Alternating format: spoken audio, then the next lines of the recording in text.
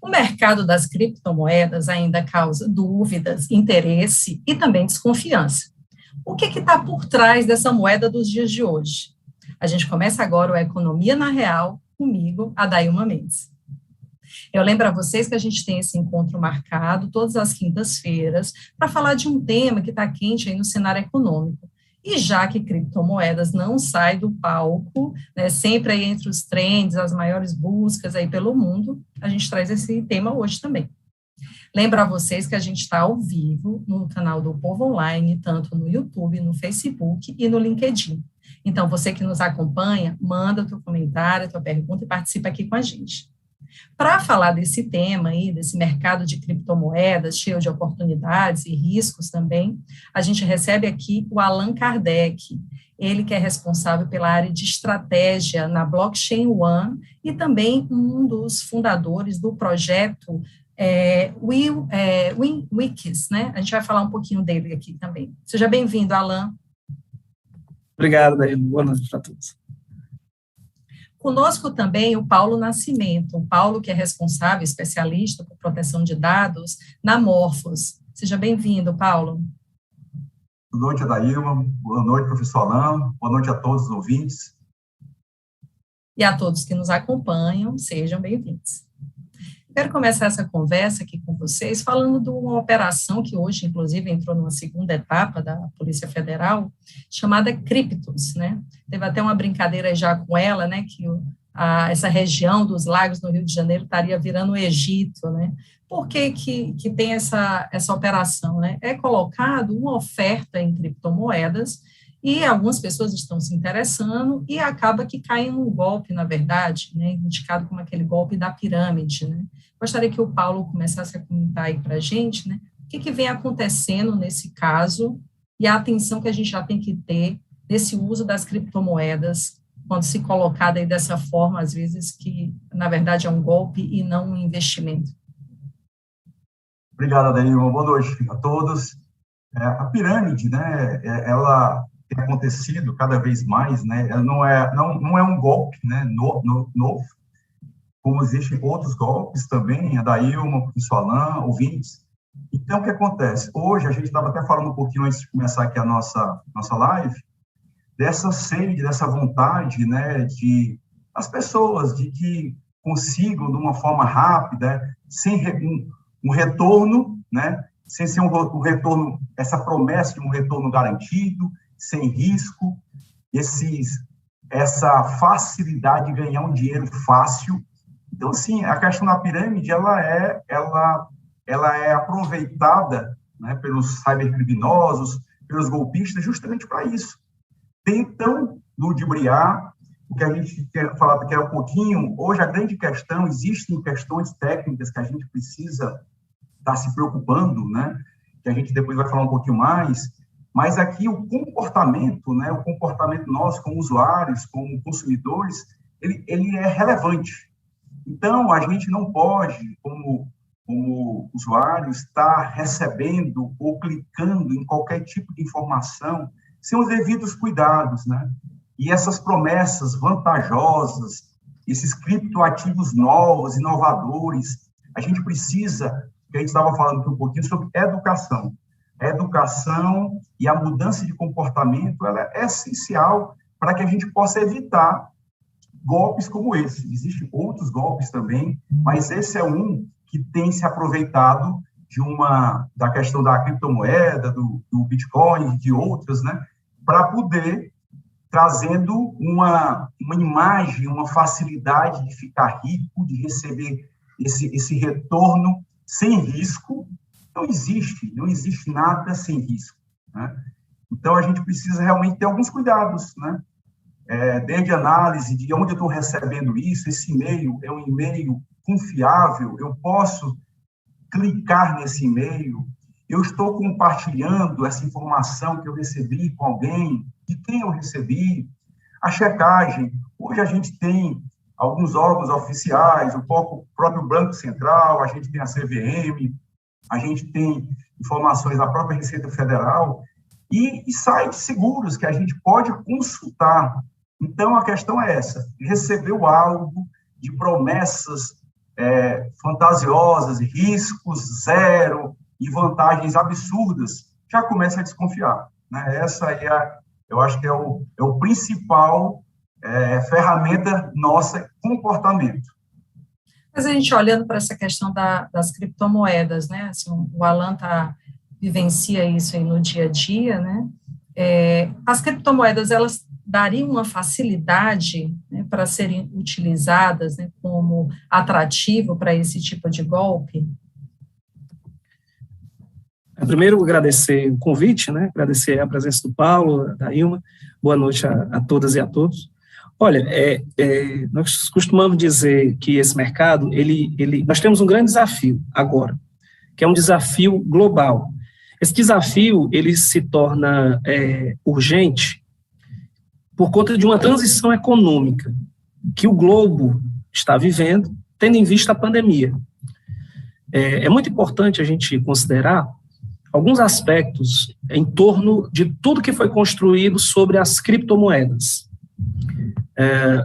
Na academia, que a gente faz muita pesquisa sobre o conceito de uso das tecnologias blockchain, por exemplo, a gente faz a seguinte diferenciação. A tentativa de emissão, né, de algo digital com valor, ela não é nova, né? Ela já vem há um bom tempo. Nos anos 90 já tiveram algumas tentativas, nos anos 80, inclusive, mais fortemente nos anos 2000, e ao chegar a 2008, por ali, eis que surge uma equação, né, de ainda um misterioso grupo, ou uma pessoa misteriosa, chamada Satoshi Nakamoto, que resolveu um problema matemático, né, em algoritmos, sobre o gasto duplo, que para a computação é vista da seguinte forma: tudo que a gente transita, né, entre nós são cópias. Então, eu preciso de um intermediário, de um aplicativo intermediário para enviar um e-mail para a Dailma. Eu preciso de um aplicativo intermediário para enviar uma mensagem para o Paulo, no caso, um WhatsApp, um Messenger, uma coisa do tipo. Então, você tem cópias. Então, até se resolver esse problema de não existir cópia e considerar a possibilidade de tratar de valor, de geração de riqueza a partir de algo totalmente digital, de forma, inclusive, que você consiga chegar a um nível de fragmentação de valor e que esse valor, de fato, lhe dê a propriedade ou o resultado de algo monetário. Então, o trabalho que se tem feito hoje neste mercado, principalmente com o advento da pandemia, em uma aceleração considerável, gente, eu costumo dizer que nós trouxemos uns 10, 20 anos para cá. Em 2 anos, a gente trouxe uns 10, 20 anos para cá de tecnologia, assim, às pressas, né? E as pessoas, elas tiveram um acesso muito rápido a essa tecnologia. Vamos nós. E tudo isso vai ao encontro justamente dessa coisa da narrativa criptomoeda, certo? A pandemia gerou o quê, por exemplo? A necessidade de auxílios emergenciais, de pessoas que, mesmo com as fintechs, que já estavam no seu auge, no seu pico mesmo máximo, onde a juventude já estava absorvendo uma nova ideia, né, de comportamento econômico com os bancos digitais, fez com que a dona Maria, o seu Antônio, fez com que o agricultor, a agricultora familiar, rapidamente, pela necessidade do momento, utilizasse um aplicativo para pagar e receber, que foi o Caixa Tem. É muito interessante a gente ter essa noção dessa evolução rápida do uso, do consumo de informação para o uso. E a necessidade, né, Alan? A necessidade faz a gente ter que absorver aquilo ali também. Essa coisa, tirando todos os males que a pandemia vem trazendo para todo mundo, essa coisa aí da tecnologia, ela meio que acelerou muito no aspecto do consumo, né? Rapidamente, nós tivemos aqui no Brasil o Pix, que em tese traz para nós uma outra forma de perceber as relações de pagamento, né, entre as partes. Ou seja, eu reduzo a taxa considerável, aquilo que nós pagávamos 10, 15 reais, ficávamos ali submetidos a horários estipulados pelos bancos, a custos estrondosos de você fazer uma movimentação de algo que, em tese, é seu, né, seria o seu saldo, virou agora uma coisa que a dona Lúcia, lá na Feira da Parangaba, tem o QR Code dela recebendo Pix. Virou meme, né? Eu recebo Pix. Ou seja, foi também muito rápida a adesão. Passa o Pix, Então, viu, Alan? Passa o Pix. Passa o Pix. Então, Pix, viu, Alan? Ficou a adesão, Paulo, esse negócio ficou muito rápido. E nessa velocidade, paralelo a tudo isto, está lá as criptomoedas nessa confusão. É óbvio que hoje você não tem ainda o que a gente chama, né, de transação transparente, não no sentido de segurança ou de coisa positiva, mas transparente de converter uma criptomoeda a uma liquidez direta de um pagamento fiduciário. Ainda não se tem de forma muito clara isso, mas isso é uma tendência. Contudo, junto a toda essa velocidade, veio a explosão, porque, vejam bem, antes da pandemia, já estava se ouvindo muito pouco sobre criptomoedas. O que estava se ouvindo era uma evolução que estava se posicionando ainda no mercado da computação e no mercado da economia, chamado Bitcoin com a tecnologia blockchain. Basicamente, o que nós tínhamos de referência mais, né, tudo era Bitcoin, do jeito que hoje é Pix, era tudo Bitcoin. Então, agora não, agora nós temos mais de 6 mil tipos de moedas alternativas ao Bitcoin, em redes alternativas à própria rede Bitcoin, e aí nos deparamos com essa velocidade de consumo, do uso do dinheiro, a escassez do valor do dinheiro, principalmente com relação ao real, né? Essa baixa valorização constante.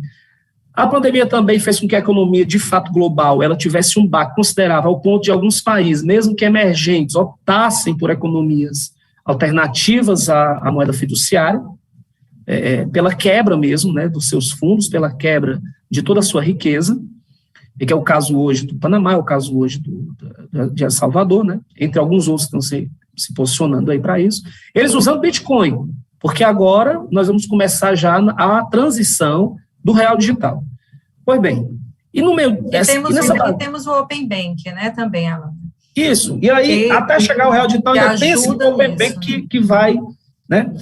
Assim, são temas, o próprio Pix, ele ainda tem muito a oferecer, e ele está sendo experimentado. O próprio Pix, ele não está ainda na sua capacidade ideal, por sinal, inclusive, regulatório em alguns aspectos. É porque é uma ferramenta, né, de cima para baixo, né, do modelo da política monetária.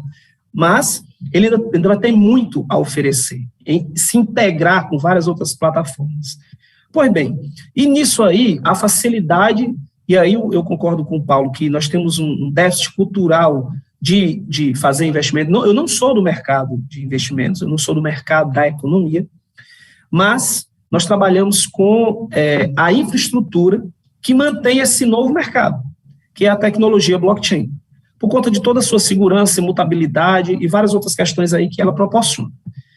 O que acontece é que a facilidade que se mostra em torno do Bitcoin como algo que, de fato, veio a se tornar uma reserva de mercado, veio a se tornar uma riqueza, né? Está pegando muito fácil as pessoas. E as pessoas estão entrando aí em uma coisa de que a gente escuta muito, né? A turma, rapaz, vou investir em criptomoeda, porque o negócio é ligeiro, né? Você bota ali um tanto, daqui a pouco tem mais tanto, e não sei o que, e vai, sobe e desce. Mas a gente tem que entender que nós não temos a cultura do investimento, como é o caso dos norte-americanos, por exemplo, e de uma pouca parcela da Europa, né? Mas uma grande da Ásia. E aí, a gente vai agora entrar nessa transição onde, como é o modelo de negócio que os projetos estão propondo para o mercado. Então, de certa forma, o que eu percebo nesse mercado olhe, se você parar para olhar cada criptomoeda que existe no mercado hoje, cada valor, e você se perguntar, mas como é que isso de fato tem um valor real e que isso dá uma liquidez para poder ter esse negócio ou apostar nisto, né? Cara, é surreal, porque você tem um mercado gigantesco que hoje vale bilhões, você tem hoje, para você ter uma ideia, você tem empréstimos, que já pode ser feito totalmente com criptomoedas. Você tem os ativos digitais, quer dizer, a transformação, a tokenização de bens em produtos fragmentados, totalmente fragmentados de forma digital, em valor de um token.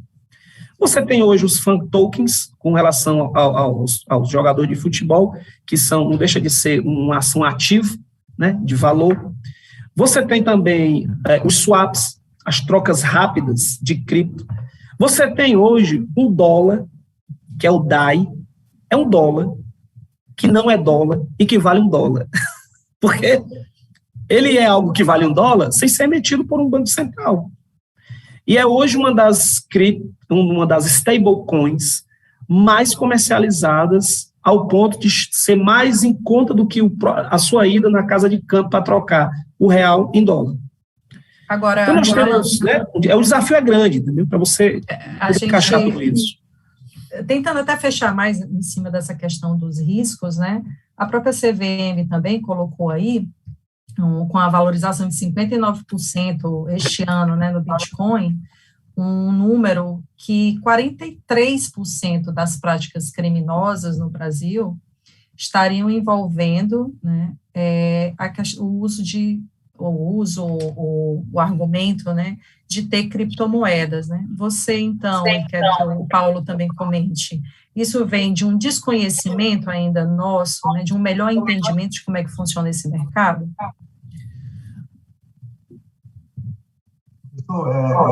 Assim, só para complementar, né, o que a gente tinha falado, né, um pouquinho dessa questão, da questão cultural e desse conhecimento, sim, não tenho dúvida disso. Nós precisamos entender, nos educarmos cada vez mais, né, porque, como eu estava falando, a gente falou um pouquinho no começo, né, a gente primeiro precisa desconfiar dessas promessas, dessas situações exorbitantes que aparecem, tá? Cuidados com os nossos dados, pessoais, inclusive agora, por causa aí, mais do que nunca, por causa da LGPD, que é a nossa Lei Geral de Proteção de Dados Pessoais. A questão de como eu desconheço, né? Então, se eu desconheço, eu não devo tomar um primeiro passo de forma rápida ou explosiva, eu preciso ir atrás, estudar. E aí eu sempre volto, né? A gente sempre volta para essa questão da facilidade, de achar que eu consigo esse retorno rápido, o risco é baixo ou não existe, e existem alguns cuidados que a gente precisa ter. Hoje, a gente está no mundo digital, o professor Alan deixou muito claro isso aí, cada vez mais a gente precisa ter alguns cuidados básicos. Cuidados são esses, Paulo. A gente precisa ter um antivírus nos nossos computadores e nos nossos smartphones. A gente tem que ter cuidado com que tipo de download, de arquivo a gente está baixando. A gente precisa conhecer um pouquinho mais o mercado. Cara, eu vou entrar nessa moda da criptomoeda, eu quero entender para poder fazer um melhor investimento, um melhor trabalho com ela.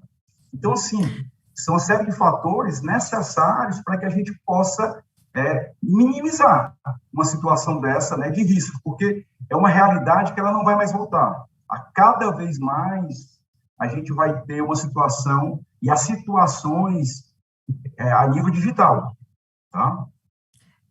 Eu queria só lembrar, né, que a gente está aqui ao vivo, você que está nos acompanhando no canal do Povo Online, seja no LinkedIn, no Facebook, no YouTube, mande o seu comentário, mande a sua pergunta e participe aqui com a gente. Eu gostaria, Paulo, que você até continuasse e comentasse com a gente para esse mercado de criptomoedas, né? Até onde você consegue acompanhar e tudo. O que está faltando aí de regulação para ele? Hoje tem um acompanhamento, tem uma tentativa de acompanhamento aí pela Receita Federal, né, dessa movimentação, mas o que a gente precisaria a mais nesse âmbito aí de regulação que poderia trazer mais segurança? Daí você fez uma pergunta aí de $1 milhão, viu? Porque, eu não perguntei se o câmbio ia subir ou descer, viu? Okay. Porque essa está mais difícil. O que acontece? A gente entende, né? Existe uma instrução normativa, 1888, que traz um norte, né? Traz uma ajuda, mas ela ainda é muito confusa, tá? E o que a gente estava conversando um pouquinho atrás, existem 5 projetos de lei tramitando no Congresso Nacional para tentar fazer essa regulação. Mas é o que ele estava falando um pouquinho antes. É muito difícil a gente tentar enquadrar em regras algo que hoje eu consigo fazer de forma anônima, entendeu? Então, lá na instrução normativa diz, você deverá comunicar os seus ativos, os criptoativos, para a Receita. Mas como é que a Receita vai averiguar, fiscalizar isso. Isso eu estou dando só um pequeno exemplo, mas todas as transações hoje possíveis, né, que o professor Alan até falou um pouquinho aí, que a gente pode fazer o DeFi, o Stalker, enfim, que pode ser realizado. Como é que eu vou contabilizar isso aí? Para dizer o seguinte, ó, agora no meu imposto de renda, eu vou estar declarando isso. Então, é uma situação nova, né, muito nova, não fácil de se resolver, e assim, e vai ser um grande desafio tentar fazer essa regulação numa situação, dessa nossa situação da criptomoeda, tá? Vou até que passar aqui a chave aqui para o bastante professor Alan, eu acho que ele pode também nos ajudar, né? Isso, no que eu entendo, no que eu vejo, né? Não só, quer dizer, nessa instrução normativa, nesses projetos de leis. Então, assim, é uma situação bem complicada. Eu acho que o Alan pode acrescentar um pouco para a gente, né? Falando o que é que tem, né?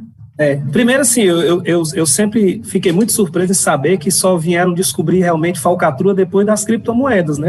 Parece que nunca existiu, golpe antes das criptomoedas, né? Ou seja, o mercado agora criou uma narrativa, vem criando e vem tentando fortalecer essa narrativa em que só esse ambiente é um ambiente totalmente propício para isso, né? Imagina só. Mas, na verdade, gente, o que acontece é justamente o que o Paulo bem colocou, a Dávila também falou muito bem, é o desconhecido, né? O desconhecido, ele é natural, é quase uma autodefesa nossa de tentar evitar ou rapidamente absorver narrativas que sejam mais fáceis para essa defesa. O que ocorre é que, diferente da lavagem de dinheiro tradicional, que ela já existe há muito tempo, acho que ela existe bem antes acho que o Al Capone seria tipo o sapote da época que criou uma equação para lavagem de dinheiro no planeta Terra, né? Mas olha só, a tecnologia blockchain é uma tecnologia aberta, ela é pública. Mesmo ela tendo algumas características privadas, em redes privadas, as grandes redes blockchains são públicas. Você tem todos os... Hoje, se a Dailma comprasse, adquirisse um criptoativo, ela tem um endereço público, que ele pode ser observado por todo mundo, 24 horas por dia. Imutável, por sinal, né? Incorruptível, por sinal, inalterado, seja qual for a ordem. Quando a gente escuta, por exemplo, que um determinado serviço de criptoativos foi invadido e milhões foi roubado, como a gente escuta bem pela imprensa, roubaram o povo com criptomoeda. Tem um detalhe aí importante, e que, na verdade, a sociedade ainda, né, não precisa realmente também saber como é tudo isso. Mas vejamos, a rede blockchain, ela ainda não consegue ser quebrada, invadida. Uma rede blockchain. Agora, os protocolos, os serviços, os meios de pagamento, como qualquer outro protocolo, serviço e meio de pagamento, inclusive bancário, que não estão em redes blockchain, eles são susceptíveis a ataques. Nós tivemos uma coisa interessante esses meses, que foi aquele ataque à rede Polynet, né? Que o cara roubou, tipo, bilhões em reais, ele roubou, tipo, à tarde, ele tirou todas as criptos de dentro dos pools de liquidez à tarde, e de noite, aí a comunidade blockchain começou a se movimentar, começaram a fazer, a buscar os lastros, quer dizer, a dinâmica dos endereços, porque eles são públicos, e o cara pegou e fez o seguinte, na verdade ele quis ser um mártir, ele quis só mostrar, em linhas gerais, que ele consegue romper um protocolo altamente complexo de pool de liquidez, onde tem muitas criptomoedas. Ele começou a devolver as criptomoedas para todos os endereços daquele local. Você chegou a ouvir essa história louca, agora nesse mês, no finalzinho desse mês aqui. Então, veja, a rede blockchain, ela é muito segura, até que se prova o contrário, por enquanto. É uma tecnologia, de fato, incipiente, emergente, que possibilita muita coisa, não só as criptomoedas nascem da rede blockchain, pela característica dela, mas não é só isso que a rede blockchain propicia. Cadeia de suprimento. Hoje, uma rede blockchain é fantástica para isso. Rastreabilidade. Você poder ter a segurança da rastreabilidade de um produto de ponta a ponta, com informação que ela é imutável, por exemplo. Transparência pública. Se nós tivéssemos plataformas baseadas em rede blockchain, toda a dinâmica de acompanhamento de licitações, de acompanhamento de projetos de lei, algo do tipo, você tinha ela lacrada sem qualquer tipo de possibilidade de alteração. Pelo contrário, você teria um log, né, fixo constante disso. Então, existe, de fato, é bem tendencioso que hajam os golpes, nada é 100% seguro. Paulo é um especialista da área, ele sabe, ele mitiga, tenta mitigar ali o risco, né, das operações.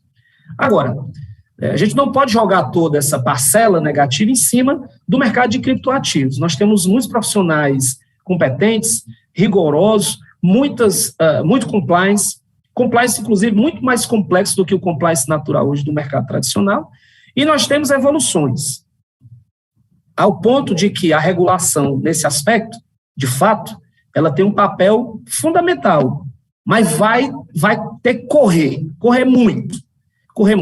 Eu acredito que a CVM não está aí para atrapalhar, sob qualquer hipótese. Não é tanto que a CVM ela tem hoje, o sandbox dela aumentou de forma, o sandbox regulatório da CVM está um negócio enorme, porque a cada segundo, já bastou o advento das fintechs antes da pandemia, depois da pandemia, com o aumento, o volume de transações em criptoativos no mundo, inclusive no Brasil, aí é que esse sandbox aumentou mesmo. Então, há uma tendência de regulação, porque os modelos são diversos. Olha, esse projeto que a Dama comentou no início, que eu contribuo, que é o UniWix. A UniWix, ela é um protocolo DeFi que está propondo ao mercado de turismo, especificamente, o seguinte: a construção de um pool de diárias, um pool de liquidez baseada em diária, tokenizar diárias que não são utilizadas, não é uma compra antecipada como fazem as operações tradicionais. A rede de hotéis, ela adere ao protocolo. Esse protocolo é autônomo, é um contrato inteligente, é um smart contract que fica numa rede blockchain. Que protocolo é algo que se fala constantemente, né, nesse mercado de criptomoedas, né, porque o acordo é feito a partir desse nome protocolo. Né? E é um consenso, confiança entre as partes e toca o barco. Nós temos, inclusive, nesse mercado, Dailma, o que nós chamamos de organizações autônomas descentralizadas, as DAO. Você tem uma ideia, existe hoje a própria Uniswap, ela é uma exchange descentralizada. Ela não tem uma empresa, e ela está lá operando bilhões em troca de cripto, por dólar, por tudo. É um negócio fenomenal. Que é onde as pessoas conseguem, né? É até interessante se você puder explicar um pouco, elas, às vezes, quem não acompanha, não entende, né, do mercado, assim, mas quando é que eu pego esse dinheiro, esse valor e transformo em uma moeda legal, real? Né? Você tem aqui no Brasil, por exemplo, você tem muitas exchanges centralizadas, entre elas o mercado Bitcoin, que hoje é uma referência, um unicórnio, inclusive, é uma referência nacional, e a própria Binance, que é a maior, é a exchange global, né, que hoje tem a maior estrutura, né, de negociação. Então, é o seguinte, quando você adquire hoje um ativo digital, um criptoativo, um Bitcoin, um Ether, um DAI, né, um UniWKS, o que for, você tem essas exchanges para fazer a troca caso queira, porque já há um movimento, Dailma, de que não há troca por fiduciário. Porque o cara faz o holder dele, ele fica ali, ele tanto faz aquela especulação a longo prazo, como ele faz os day trades, né, sendo no mercado. Então, ele pode, simplesmente, no mercado Bitcoin, que é um dos mais práticos que nós temos, você cria uma conta, faz um KYC, uma conta de banco digital como outra qualquer, lá dentro você deposita um dinheiro, R$1, você faz um Pix para ele, tanto nele como na Binance, você faz um Pix. Você tem lá as opções de compra, você avalia você tem que avaliar no que você quer arriscar, porque ele não vende promessa de investimento, ele vende o ativo, e o ativo é volátil. E, portanto, ele tem lá todo aquele, né, o sobe e desce como uma bolsa. Você escolhe o que quer, o seu saldo está ali, você vai comprando, vai adquirindo seu criptoativo. Se em algum momento desse seu pequeno investimento, dessa sua pequena experiência, você comprou por R$5 um item e ele está agora 8, você pagando a taxa de transação dessa operação centralizada, por exemplo, você converte e recebe o Pix na sua conta bancária, pronto. A gente pode falar, então, que a exchange, né, ela está mais ou menos equiparada a uma casa de câmbio. Né? com um custo bem menor. Agora, as centralizadas fazem esse papel com um custo um pouco maior, porque é uma operação regulada, e as descentralizadas, que não têm seres humanos, ela já está funcionando de forma autônoma, ela simplesmente funciona cripto para cripto. Aí depois, se você quiser, você pode até fazer o seguinte, você tem lá, como é que você entra nela? Você já tem que ter saldo em algum canto. Por quê? Porque ela é autônoma. Ela precisa de Bitcoin, de Ether, de DAI, para você fazer suas trocas, e quando você quiser, você transfere aquele seu valor cripto de uma carteira descentralizada para uma outra carteira, no caso, uma carteira centralizada, e pode sacar o real se quiser. Mas como eu estou falando, há uma transição aí que está ocorrendo, que está sendo bem perceptível no mercado, de que muitos estão fazendo o holder desses valores. São stakeholders, né? Então, ele vê se o projeto... Em 2017, gente, teve uma bolha gigante dos ICOs, que é o IPO das criptomoedas, certo? É as ofertas iniciais de moedas. Os ICOs, eles não são permitidos no Brasil, por exemplo. Então, se criam vários modelos aí para poder, de repente, não deixar brasileiro comprar, faz no exterior, procura um outro país que tenha práticas com criptomoedas muito mais reguladas ou mais abertas e tal. Mas em 2017, gente, foi uma bolha gigante. Qualquer criptomoeda, a turma botava Bitcoin em troca dela, mesmo sem saber o que é que ela ia valer. E muita gente fez fortuna nesse negócio. De 2017 para cá, muitas dessas criptomoedas se desvalorizaram por natureza. Inclusive, se tornaram caras para serem transacionadas na própria rede que ela foi criada.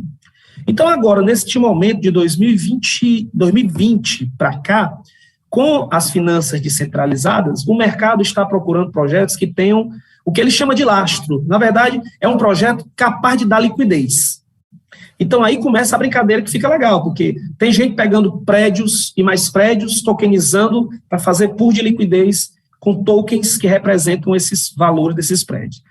Queria só, Alan, assim, tem toda essa questão que a gente pode entrar, né, de lastros, ainda tem essa evolução no Brasil e em outros países também, do uso das moedas, mas eu queria comentar até com o Paulo, que é dentro dessa linha que você está colocando, né, essa organização, né, mais descentralizada, e eu diria até mais independente para a gente consumidor, né, sair dos intermediadores, né, que o Paulo comentasse também se isso ele vê como uma tendência, né, e se a gente está caminhando para ter uma segurança também para que esse modelo ele gire bem, né?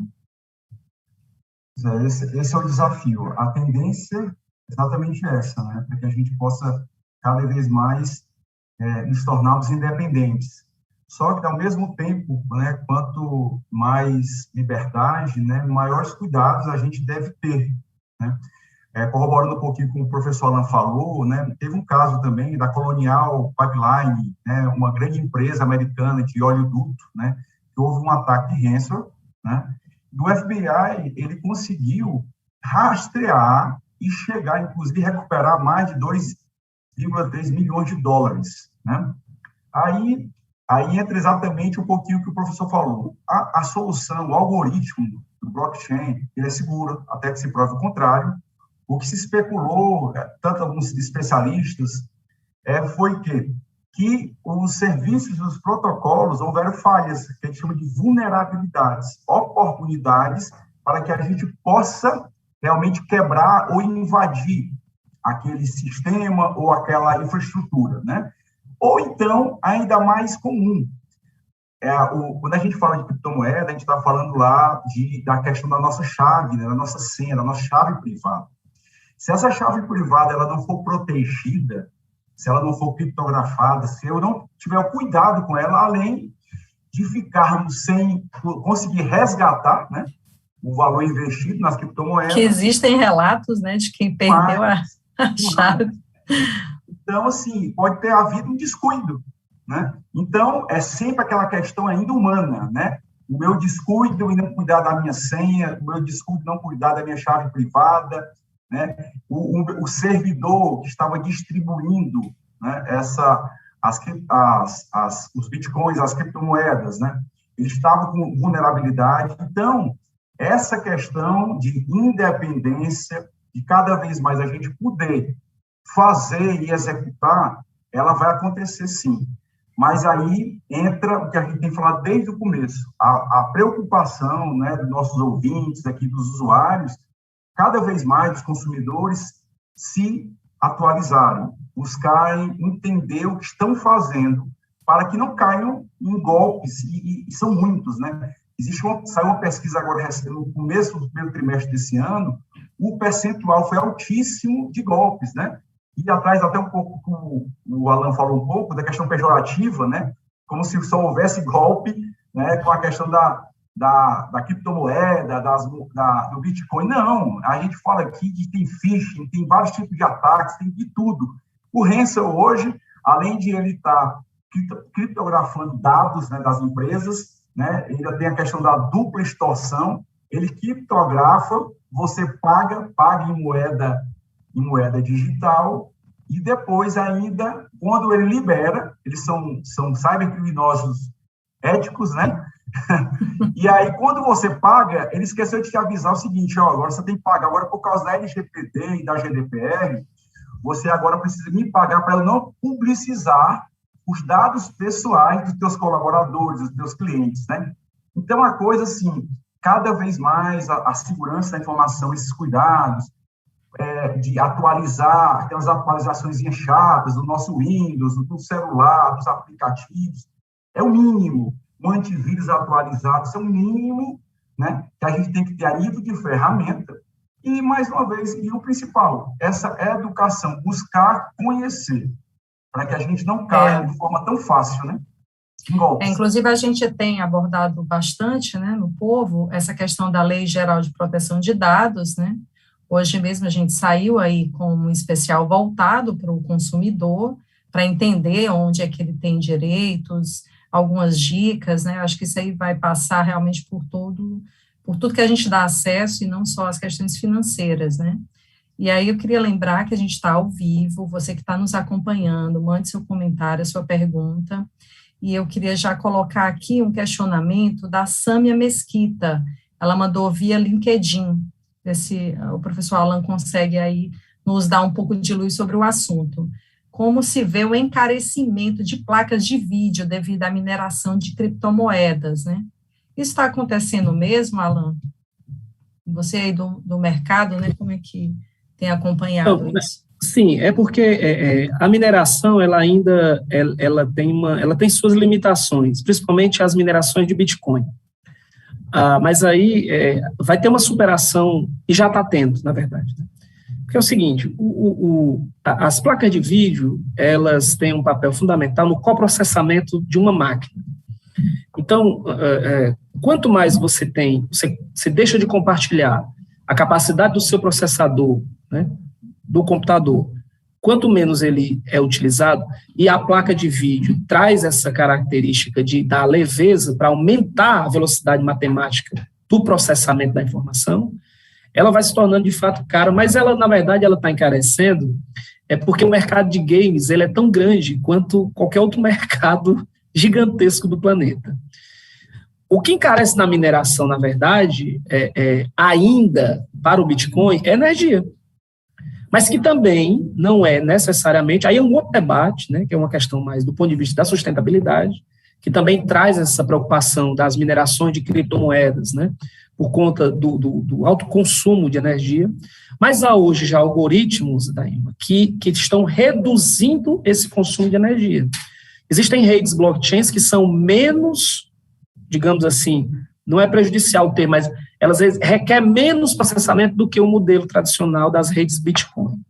Então, as placas de vídeo, isso é um debate realmente que está sendo feito de forma global, mas recentemente saiu na Wired, que foi identificado um volume grande de do mercado de game por conta justamente dos novos games que estão se utilizando de criptomoedas como modelo de monetização da comunidade.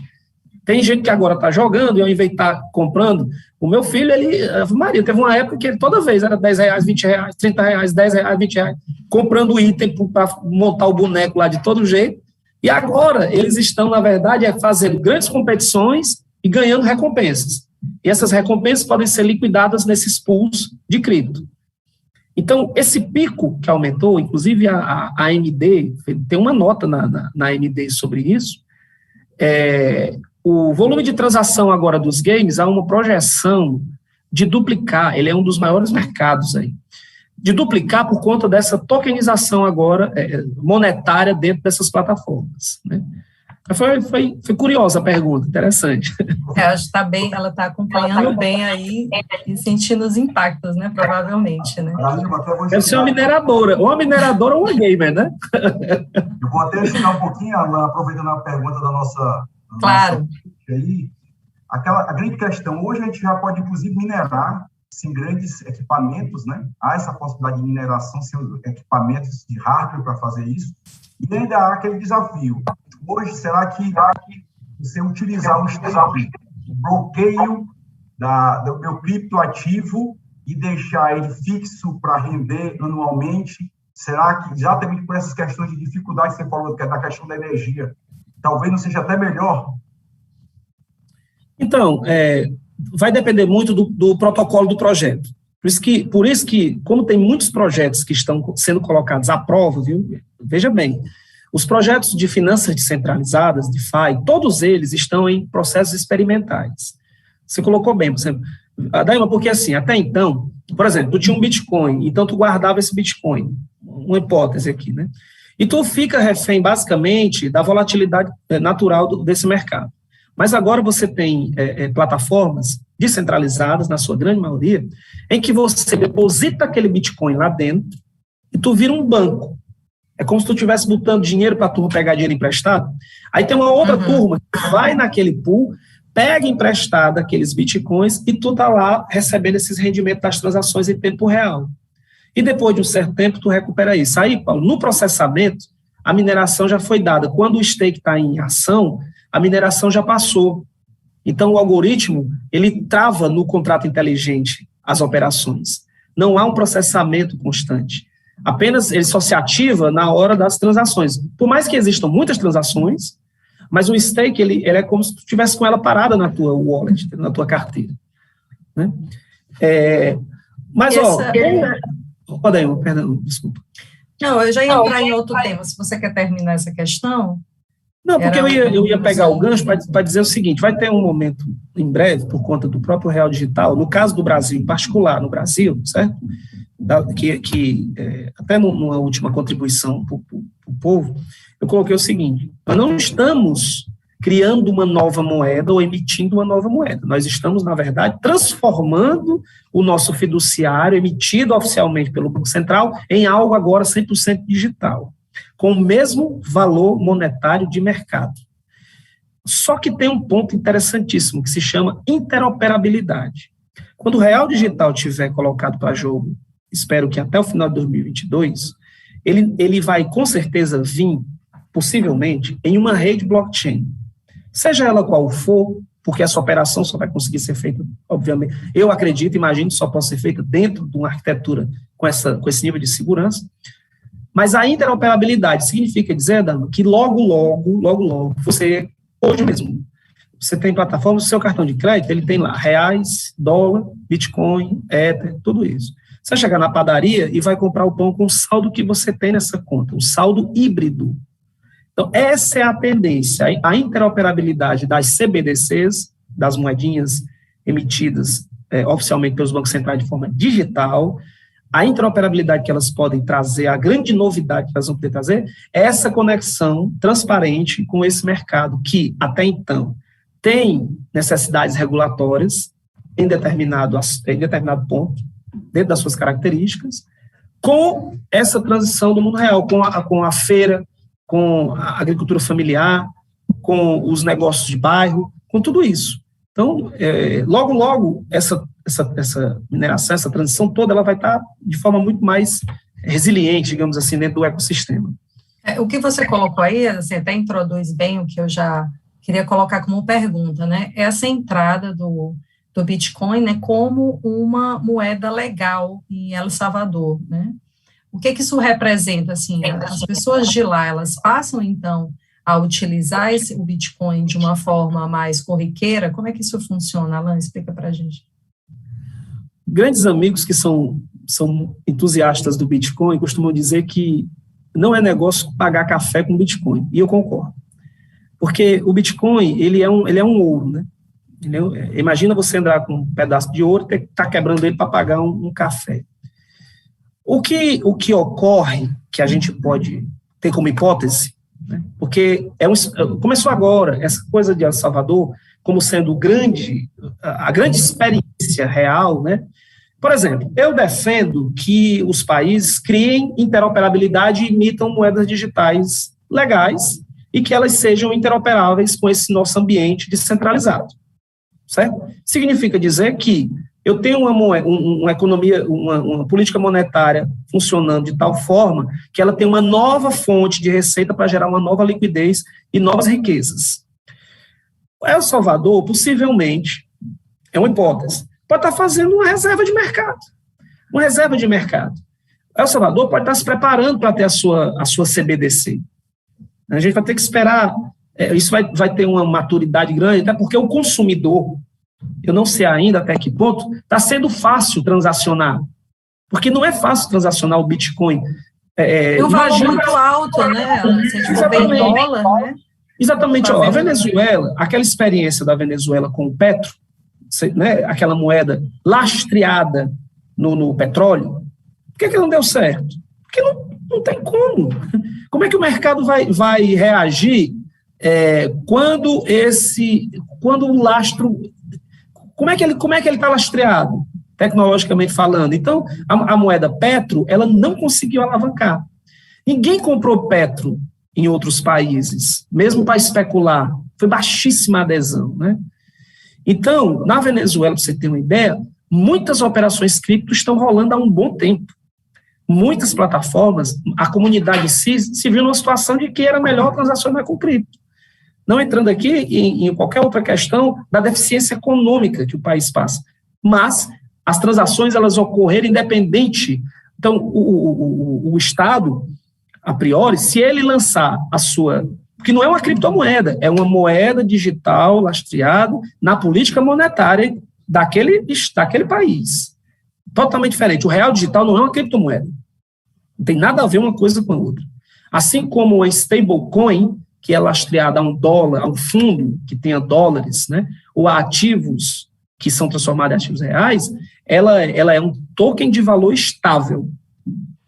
E uma criptomoeda, o Paulo pode emitir, a Dayuma pode emitir, o Alan pode emitir, vai valer o consenso, a confiança e o projeto que vai garantir o mínimo de lastro.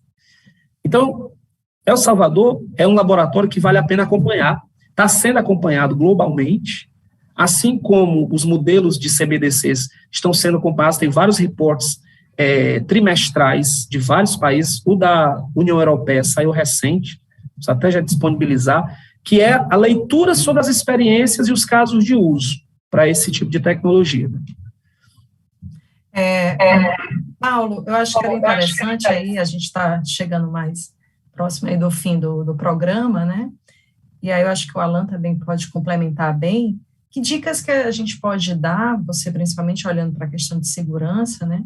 Para quem pensa em investir em criptomoedas, né? Reforçar um pouquinho, né, para que a gente tinha conversado, que a gente tem que falar desde o começo, né, Adayuma. As pessoas precisam conhecer, buscar fontes seguras para que ela possa antes de dar esse primeiro passo, ela saber o que está fazendo.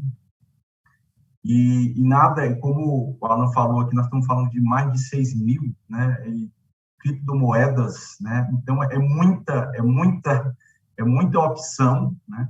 Então, em alguns momentos, a gente precisa ser, inclusive, conservador, né? Quem é que tem dado certo desde 2008, né? Bitcoin.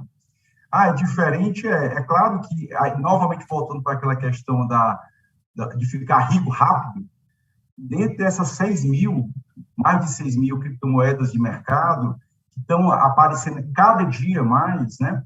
Num aporte, numa aposta dessa, você pode realmente, sim, num projeto desse que vai lograr êxito, você pode ganhar muito dinheiro. Mas você não tem como como o Alan falou, a gente precisa acompanhar esse exemplo de El Salvador, a gente precisa acompanhar. Então, a gente precisa ter esses cuidados, conhecer, buscar as fontes seguras, tá certo? E começar devagarzinho. Você não pode, um conceito básico, quando a gente fala de mercado de capitais, é o quê? Eu não posso botar todos os meus ovos, todo o meu aporte num local só. Até essa questão das criptomoedas, é interessante você ter a diversificação, né? Porque numa situação de vulnerabilidade que um servidor ou que um protocolo, um serviço específico tem... Dentro desse próprio mercado, né, Paulo? Ter a diversificação. Exatamente, dentro do próprio mercado.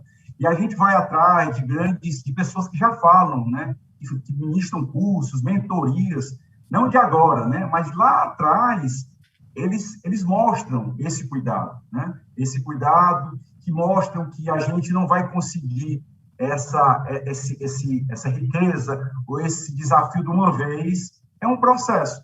Então, as pessoas precisam estudar, buscar ferramentas, buscar estruturas, empresas, exchanges sérias de mercado, e sempre preocupado com isso. Não vai ser não é loteria, não é loteria. É estudo, é preparação e é entendimento, tá?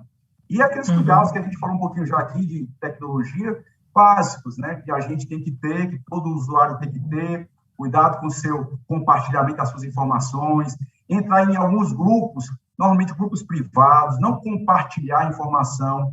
A questão essencial da chave privada é a tua senha, tá certo? Se você não guardar de uma forma segura, como a gente guarda as coisas importantes, nossa, depois que você faz o investimento, você pode ter, tem relatos e relatos aí na internet, de pessoas de toda uma aposentadoria, toda uma aposta que a pessoa fez no seu futuro, perdeu. É desesperador. É desesperador. Alan, o que você indicaria aí para quem está pensando em investir, né? E você falou, você começou a falar um pouco do lastro, né? Será que tem que ter um lastro? É importante, né? Isso. O mais importante é não acreditar em retorno fácil quando se trata de criptomoedas. Isso é o mais importante. Não existe, é uma volatilidade altíssima, e se o usuário, o interessado, quer fazer um investimento, seja ele moderado ou arrojado, ele precisa, primeiro, ele precisa conhecer um pouco do que se trata essa tecnologia, blockchain, o mínimo possível. Ele precisa entender que existem diversas alternativas de criptoativos no mercado, né? E ele também tem que ter a prudência de perceber qual projeto ele vai investir. É a mesma coisa de ação. A ação você avalia o quê? A credibilidade e a estrutura daquele negócio. No mercado de blockchain, hoje, é a mesma coisa. O projeto NewX, por exemplo, ele traz consigo duas coisas importantíssimas. A primeira é, nós estamos trazendo redes tradicionais de hotéis para dentro do modelo, onde elas se posicionam dizendo, nós vamos garantir as diárias. E nós temos, por outro lado, uma equipe com capacidade de desenvolvimento tecnológico, parceiros, entre eles a própria Blockchain One, que diz o seguinte, se você está garantindo isto aqui, tem um compliance para isso do mundo real, a gente garante a infraestrutura e a tecnologia e o desenvolvimento. E aí nós vamos fazer o seguinte, vamos investir pesadamente em auditoria de código para mostrar para o mercado que tenha interesse futuro, não somente em investir como uma oferta pública, mas em participar economicamente de um empreendimento, por exemplo. Então, assim, são muitos projetos que existem aí para o mercado, não estou também dizendo que esse é um projeto perfeito e único, experimentos, então não dá para se apavorar e dizer, eu quero comprar criptomoeda, eu quero comprar as moedas do projeto tal, não sei o que, para depois de uma semana, o cara ficar aperreado e querer achar que aquele negócio era para estar valendo milhões. É assim que a gente lá no projeto da UniWix se posiciona em termos de, pelo menos, mostrar a cara dos profissionais que estão envolvidos, das organizações que estão participando do tipo. Já na Blockchain One, a gente defende o seguinte, a Blockchain One se posiciona para o desenvolvimento de projetos de longo prazo, porque a gente também sabe que há muita especulação e que muitas vezes o parceiro, desconhecendo o mercado, acha que também pode emitir uma moeda para gerar facilidade, quando, na verdade, é muito mais complexo do que isso. E nós vamos se deparar com isso constantemente, verdade? É um mercado em expansão, emergente. Eu acho que hoje no Ceará, uma das únicas empresas que tem o desenvolvimento com infraestrutura blockchain é a Blockchain One, e um dos projetos emergentes aqui, com tokenização e lastro, é o UniWix. E aí a gente tem esse desafio de estar no mercado. Quero agradecer, aproveitar, acho que já estamos... Eu já ia pedir aí, agradecer a participação. Pronto, eu já aproveito o gancho acho aí. Acho que a gente trouxe um pouco mais de luz, eu até recordo aqui quem está nos acompanhando, né, que a gente teve um episódio anterior, que era sobre o futuro dos bancos, que a gente começou a falar de criptomoedas e outros ativos aí, e outras inovações que vão interferir nesse modelo que a gente tem. Então, eu aconselho que se veja o episódio anterior e este nosso aqui, que eu acho que eles se complementam bem. E aí, agradecer a sua participação, Alan. Bom, eu que agradeço, é sempre bom, são espaços como esse que a gente consegue tentar elucidar essa complexidade, ela não tem como ser feita de forma tão objetiva em determinado momento, porque ela é muito nova e é muito complexa, de fato, mas agradecer o espaço, né, a paciência dos que nos acompanham, agradecer a Dawn pelo convite, agradecer ao Grupo Povo, né, pelo convite, e dizer que tanto nós lá no projeto da UniWix como na Blockchain One, nós estamos à disposição para estar contribuindo em debates, para estar contribuindo em informação continuada. Nós estamos de portas abertas para poder estar fazendo aí esse nosso meio de campo na tecnologia blockchain. Paulo, obrigada aí pela sua participação. Obrigado, Darilma. Obrigado aí a presença ilustre do professor Alan. Obrigado aí aos ouvintes, obrigado ao Grupo Povo. E reforçar que a Morphos, né, é a empresa quase de 20 anos de segurança da informação, uma empresa sólida, uma empresa que pode ajudar as empresas nesse momento tão desafiador que hoje quando a gente fala sobre segurança da informação. Estou à disposição, Darilma, agradeço também mais uma vez a oportunidade. A gente que agradece. Então, você que não pôde acompanhar hoje o programa todo, vai lá no YouTube, no canal do Povo, no Facebook, e vê o episódio passado, se inscreve no canal e deixa lá a sua marcaçãozinha para receber o aviso de quando a gente for ter episódio novo.